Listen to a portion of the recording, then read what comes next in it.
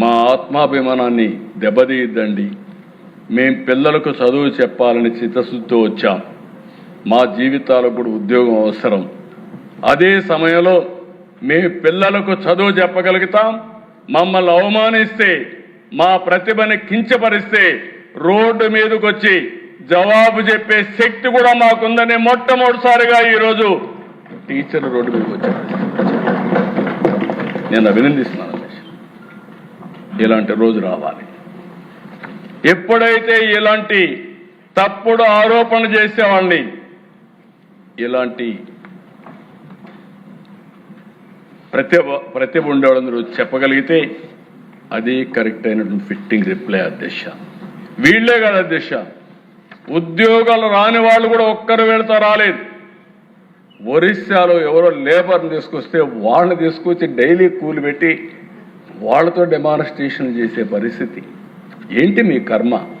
ఏంటి మీ పార్టీ? నాకు చాలా ఉన్నాయి ఇలాంటి చెప్పాలంటే. ఎవరు వీళ్ళు? 80 ఏళ్ళు 90 ఏళ్ళు కూర్చుంటున్నారు. కొత్త జడ్జి జే జగన్ జంజి గంజాయి బ్యాచి. నాకు ఆశ్చర్యం వేస్తా ఉంది అధ్యక్ష. ఒకసారి కోపం వస్తుంది, ఆవేశం వస్తుంది, సభ్యత అడ్డం వస్తా ఉంది. నేను ఒకటే చెప్తున్నా, ఎన్డీఏ విశ్వసనీయతను దెబ్బతీయాలంటే కబద్దార్ మీ తరం కాదు, మీ వల్ల కాదని మరొకసారి హెచ్చరిస్తున్నాను. Every candidate selection is explainable, traceable and also audible and accountable. మేము దాచిపెట్టేది ఏమీ లేదు. Answer key public, merit list public, selection list public. మేము పబ్లిక్ రెస్పాన్సిబుల్. కుట్రలు చేసేవారికి కాదు, కుట్రలు చేసేవారు కబద్దార్, జాగ్రత్తగా ఉండండి. ఈరోజు రోడ్డు మీదకి వచ్చారు. ఇదే కుట్రలు మీరు చేస్తే రోడ్డు మీద కూడా రారు. ధైర్యం ఉంటే అసెంబ్లీకి రండి. ఇది పవిత్రమైన వేదిక. నేను సవాలు విసురుతున్నా. మీరు ఇక్కడ అసెంబ్లీలో వచ్చి కూర్చుంటే, మీరు అడిగేదానికి మేము సమాధానం చెప్తే, నీ దగ్గర ఏదైనా అడిషనల్ పేపర్ ఉంటే ఆ సాక్ష్యాలు చూపించి ఒక పవిత్రమైన వేదికతో ప్రజా సమస్యలనే కాకుండా జవాబుదారీతనం తీసుకొచ్చే వేదిక ఈ అసెంబ్లీ. ఇక్కడికి వస్తే అడ్డంగా దొరికిపోతారు.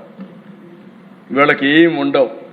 అందుకే రోడ్డు మీద కూర్చొని నేను ఎందుకే చెప్పానంటే హిట్ అండ్ రన్. వీళ్ళ పార్టీని హిట్ అండ్ రన్. నేను తీవ్రవాదులు చూసా. 60 ఏళ్లుగా ఆ పార్టీ అయిపోయింది. వీళ్ళు అదే మరి చేసే పరిస్థితికి వచ్చారు. నేను ఒకటే చెప్తున్నా పిల్లలకి, వీళ్ళందరికీ, మీ ప్రిపరేషన్, మీ మెరిట్, మీ జాబ్, ఇది పూర్తిగా మీ కష్టం పైన వచ్చిన ఉద్యోగం. ధైర్యంగా ఉండండి. ఏ కుట్రలు పని చేయవు. ఇక్కడ అలాంటి కుట్రల్ని ఎదుర్కొనే శక్తి ఈ ప్రభుత్వానికి ఉంది. No back door, no favouritism, no manipulation, only merit, transparency and justice. The real success of mega DSC is that even those who could not secure a post acknowledge that the process was fair. దానికంటే ఏం కావాలి అధ్యక్ష? అదే నాకు తృప్తి. దానికే reflection. Select అయిన DSC విద్యార్థులు రోడ్డు మీదకి రావడం, ఉద్యోగాలు రాని వాళ్ళు కూడా ఫెయిర్గా సెలెక్ట్ అయింది, మళ్ళీ మాకు టర్న్ వస్తుంది అని వ్యవస్థ పైన నమ్మకం ఉంది. నేను ఒకటే హామీ ఇస్తున్నా, డిపార్ట్మెంట్ కూడా కోరుతున్నా, ఇంకా పటిష్టమైన విధానం ఏదైనా ఉందంటే అది కూడా ఎదగదాం. ఈరోజు మనం అందరం కూడా ఆలోచించుకొని, టెక్నాలజీ వచ్చింది, టెక్నాలజీని ఉపయోగిద్దాం. సమర్థవంతమైనటువంటి విద్యా విధానమే కాకుండా పరీక్షల్లో కూడా రిఫార్మ్ తీసుకొద్దాం. పరీక్షల్లో కూడా రిఫార్మ్ తీసుకొచ్చి ఎక్కడ కూడా zero tolerance on exams leakage కానీ కండక్షన్లో కానీ. అదే సమయంలో ఒక నమ్మకాన్ని కలిగించాలి, విశ్వాసాన్ని పెంచాలి. తద్వారా మెరిట్ని ప్రమోట్ చేయాల్సిన అవసరం ఉంది. ఈ సభ ద్వారా మరి ఒక్కసారి అందరికీ హామీ ఇస్తున్నా, ఎట్టి పరిస్థితిలో ఎక్కడ అవకతవకలు జరిగినా ఈ ప్రభుత్వం జీరో టాలరెన్స్. అదే సమయంలో బురద జల్లితే కూడా zero tolerance. That is our commitment. ఆ కమిట్మెంట్ ని ఎవరైనా సరే విభేదిస్తే మాత్రం జాగ్రత్తగా ఉండమంటున్నా.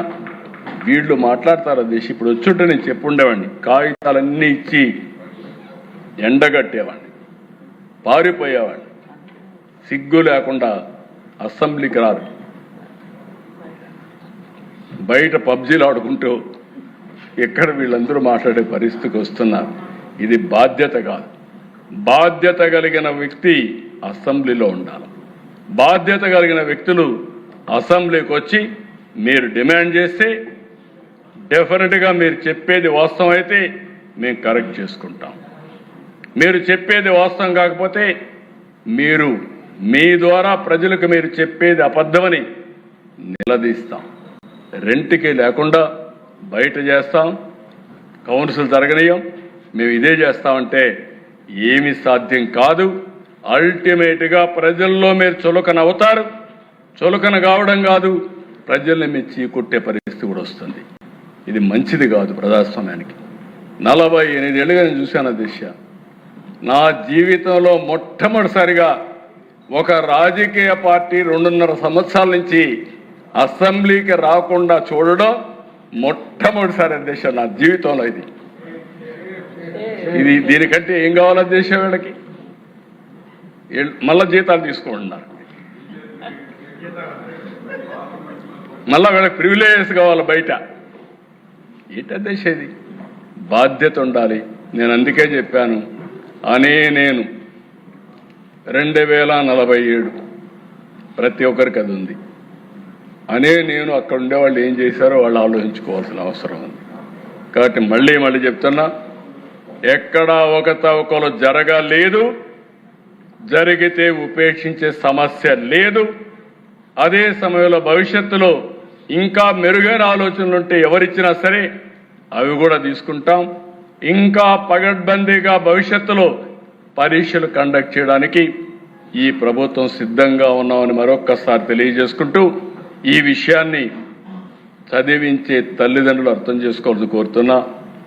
మభ్యపెట్టి మీలో అనుమానాలు క్రియేట్ చేసి అదే మరి ఏదో అడ్డదారులకు వెళ్తే ఏదో ఉద్యోగాలు వస్తాయని మోసాలు చేసే పరిస్థితి కూడా వస్తున్నారు.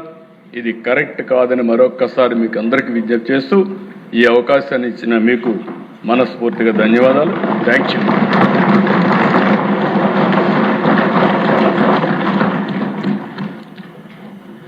విద్యాశాఖ మంత్రి గారు చాలా చక్కగా ముందు వివరించారు.